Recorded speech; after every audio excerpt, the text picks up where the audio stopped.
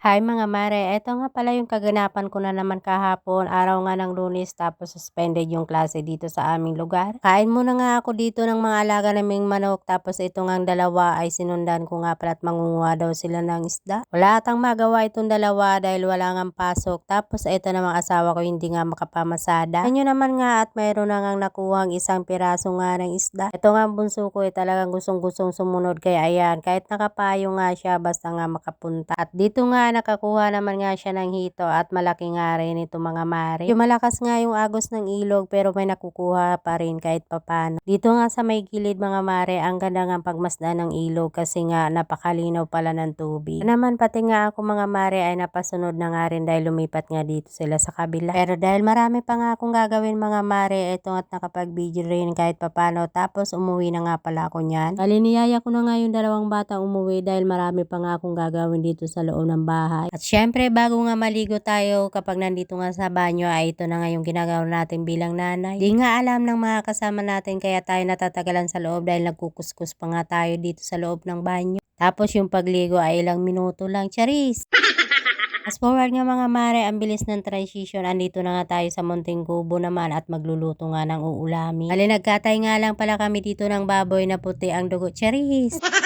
So bali nahanap nga lang ito ng kasama ko dito sa paligid kaya talaga naman nakalibre na nga ng uulamin hindi na bibilhin. Pero dapat syempre masipag ka nga maghanap nito kapag nandito ka sa probinsya nakatira. At dahil hapon na nga nito mga mare, ayan naman nga itong mga alaga ko. Nandito na naman nga sa akin at nangihingi na naman ng pagkain. Totoo nga yung sinasabi nila na kapag maulan ay talaga naman nakakagutom. Tingnan nyo naman itong mga alaga ko.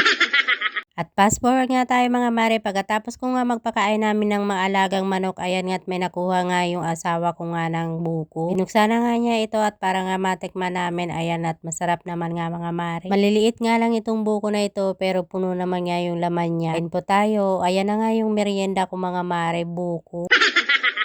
In fairness nga mga mare, kapag dito ka nga talaga sa bukid or probinsya talaga naman, masarap nga yung buko. Fresh from the farm.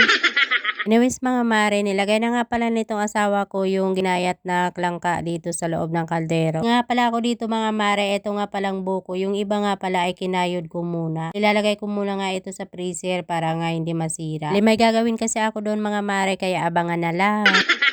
Dahil dyan mga mare, balik na nga pala dito sa aming niluluto na gugulayin. Linalagyan na nga ng gata at panahog tapos naisalang na. Habang naisalang nga yun ay nagwawalis naman itong kasama ko. Ito nga kami nagluluto talaga sa kubo dahil nga masarap naman magluto kapag nasa kahoy. At ayan, ang bilis ng transition natin dyan mga mare. Nakaluto na nga kami nitong ginataang langka. Lalong masarap nga ito dahil papatneran nga namin ito ng pinrito na daing. So kain pa tayo. See you on my next vlog. Yun lang. Bye-bye.